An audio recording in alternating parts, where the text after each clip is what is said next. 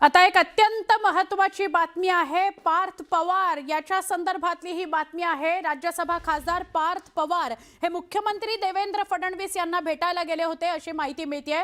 मुख्यमंत्री देवेंद्र फडणवीस आणि पार्थ पवार यांची काल ही भेट झाली असं कळतंय। पार्थ पवारांनी देवेंद्र फडणवीस यांची भेट घेतली। आता कुठल्या कारणामुळे ती भेट घेतली हे अजून समोर आलेलं नाही, पण वर्षा या निवासस्थानी ही भेट घेतलेली आहे। सूत्रांकडून ही माहिती मिळते की वर्षा या निवासस्थानी राज्यसभा खासदार पार्थ पवार गेलेले होते आणि त्यांनी फडणवीसांची भेट घेतलेली आहे। भेटीचं कारण गुलदस्त्यात आहे। सध्या राष्ट्रवादी काँग्रेसमध्ये अंतर्गत जो काही कलह सुरू आहे त्या वादाच्या पार्श्वभूमीवर, त्या कलहाच्या पार्श्वभूमीवर ही भेट महत्त्वाची मानली जाते।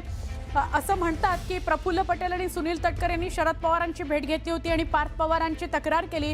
पार्थ पवार मनमानी कारभार करत आहेत, पार्थ पवार अपमानास्पद वागणूक देत आहेत, अशा प्रकारची तक्रार शरद पवारांकडे केली। कुटुंब प्रमुख म्हणून त्याला समजते अशी तक्रार केली असं कळतंय। त्या पार्श्वभूमीवर किंवा ज्या स्वरूपाच्या बातम्या राष्ट्रवादी काँग्रेसमधून येत आहेत त्या पार्श्वभूमीवर पार्थ पवार यांची देवेंद्र फडणवीसांशी असलेली ही भेट फार महत्त्वाची आहे। या टप्प्यावर झालेली ही भेट फार महत्त्वाची आहे। पार्थ पवार हे देवेंद्र फडणवीस यांना भेटायला गेलेले होते। पार्थ पवार यांनी देवेंद्र फडणवीसांची भेट घेऊन नेमकं काय सांगितलंय हे बघणं महत्त्वाचं ठरणार आहे। खरं तर शरद पवार यांच्याकडे सुनील तटकरे गेलेले होते, ती एक सदिच्छा भेट होती असं त्यांनी सांगितलं होतं, पण त्यांच्यात जो काही अंतर्गत कलह आणि वाद दिसतोय तो काही नवा नाही। सुनील तटकरे आणि प्रफुल्ल पटेल यांना बाजूला ठेवलं जातंय। कार्यकारिणीची जी लिस्ट आलेली होती त्यामधून सुद्धा त्यांना वगळलं गेलेलं होतं, ती पुन्हा लिस्ट दुरुस्त करायची असं नंतर सांगितलं गेलं सुनेत्राताईंकडून।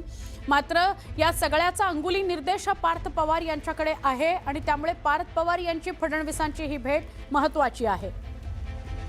आपण या सगळ्या संदर्भातच माझ्या सहकारी आणि प्रतिनिधी आमच्या प्रणाली कापसे आपल्या सोबत आहेत, त्यांच्याशी बोलूया। प्रणाली, कसं बघावं लागेल देवेंद्र फडणवीस आणि पार्थ पवार यांच्या भेटीकडे? गेले 2-3 आपण सातत्यानं पाहतोय की राष्ट्रवादीमध्ये प्रचंड खळबळ माजलेली आहे। 29 एप्रिलचं जे पत्र बाहेर आलं ते 12 तारखेला बाहेर आलं आणि त्या दिवसापासून हे सगळं अंतर्गत खदखद जी आहे ती सुरू झालेली आहे। 12 तारखेला सकाळी ते पत्र आलं, त्यानंतर त्याच दिवशी संध्याकाळी सुनील तटकरे शरद पवारांना भेटायला गेले, त्यानंतर पुढच्या 2-3 तासांनी प्रफुल्ल पटेल हे शरद पवारांना भेटून आले। या सगळ्या पार्श्वभूमीवर ही जी काही अंतर्गत धुसफूस चालू आहे त्या धुसफुसीच्या पार्श्वभूमीवर आपण बघितलं की काल आणखी एक महत्त्वाची बातमी आलेली होती की जे दिल्लीचं कार्यालय आहे राष्ट्रवादीचं, कार्यकारिणीमध्ये ज्यांची नावं नाही त्या सदस्यांना त्या कार्यालयामध्ये सुद्धा येण्यास मज्जाव करण्यात आलेला होता। या सगळ्या गोष्टी बघितल्या तर त्यामुळे राष्ट्रवादी पक्षामध्ये प्रचंड अंतर्गत खदखद सुरू आहे। त्यात रोहित पवारांनी एक वक्तव्य करून अजूनच राष्ट्रवादीच्या लोकांची झोप उडवून दिली, ज्याच्यामध्ये ते असं म्हटलं की सुनील तटकरे 22 जवळपास जे आमदार आहेत त्यांना घेऊन भाजपमध्ये प्रवेश करतील आणि पुढच्या वेळेला हे सगळे भाजपमधून निवडणुका लढतील। या सगळ्या गोष्टींच्या पार्श्वभूमीवर राष्ट्रवादीमध्ये विशेषतः कालचा दिवस जर आपण बघितला तर तो अत्यंत अस्वस्थतेचा गेलेला होता आणि राष्ट्रवादीमध्ये अत्यंत काहीतरी भयंकर घडतंय असं कुठेतरी जाणवू लागलं होतं। त्या पार्श्वभूमीवर पार्थ पवार यांनी काल रात्री उशिरा एक 10-10:30च्या सुमारास मुख्यमंत्री देवेंद्र फडणवीस यांची भेट घेतल्याचं कळत आहे। पार्थ पवार हे एकटेच गेले होते, म्हणजे सुनेत्रा पवार या त्यावेळेला त्यांच्याबरोबर नव्हत्या।